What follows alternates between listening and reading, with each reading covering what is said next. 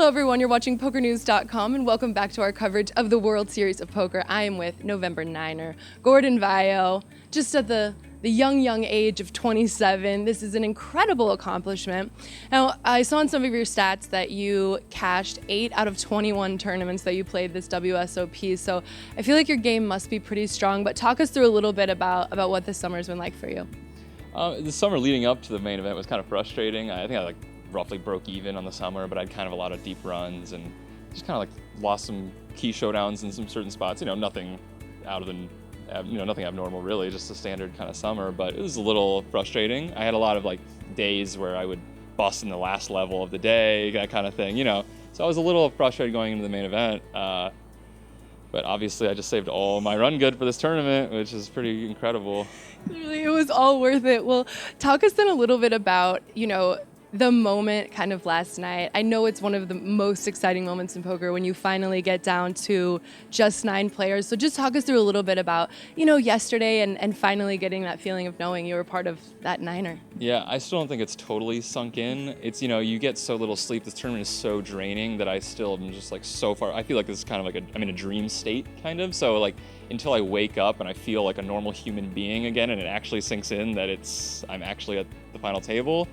But it was pretty surreal. I was completely exhausted last night. So it was when we got to the final 10, it was there was a really short stack and he was just kind of blinding out. So it was a spot where it wasn't too stressful at the final table. But yeah, for me, I was much calmer on yesterday than I thought I would be. I was a complete wreck on day 6, and I didn't really know how to handle my emotions and my anxiety and all these things. And then on day 7, it was much more, I just kind of whatever happens kind of will happen. I had beat aces with ace king all in pre on day 6. So that was the most, I've never had I had a physical reaction when it happened. I'm sure you'll see on the footage, I was just so stunned. I was more in shock than anything else. And there was 39 left or something, and I was just in so much shock that I couldn't even really, acknowledge what had happened, and I had to I had to just sit there and play really tight for the next hour because my brain was in it couldn't focus. It was somebody described it as positive tilts, and I think that's a really good description because I couldn't even focus after that. And then I went home, and it was kind of man, you just won ace, you just beat aces with ace king. You're so lucky to be here that just whatever happens now. At that point, when I'd gone home, it already made me an extra $80,000 or $100,000. So it was kind of you're already free rolling this far. And when I got it in a flip versus Jerry, and I ended up winning, but I just didn't feel even any pressure during that flip. It was really weird because I was so stressed out on day 6. Your body's I've already released everything. Yeah, There's right. nothing left inside. That's what it is, I think. Yeah, I was just emotionally just completely spent that it was just, I couldn't even be that upset. If I busted, I'd already gotten so lucky in that particular spot that I wasn't going to be upset about it. And it was just, I was very surprised. I didn't expect to be so calm, but yeah, I felt very calm even when I was all in.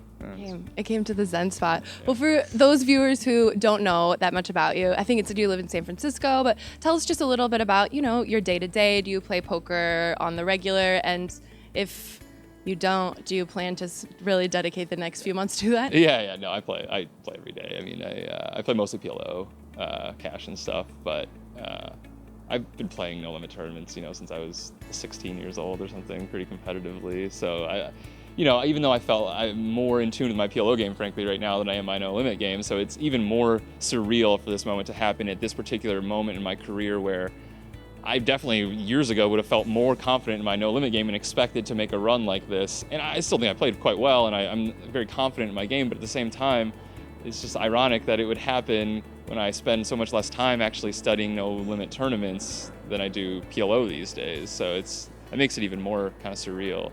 Words of advice, guys out there. If you're studying no limit, just stop. Game and then you'll run like God in another one. I mean, it's simple. It's formula.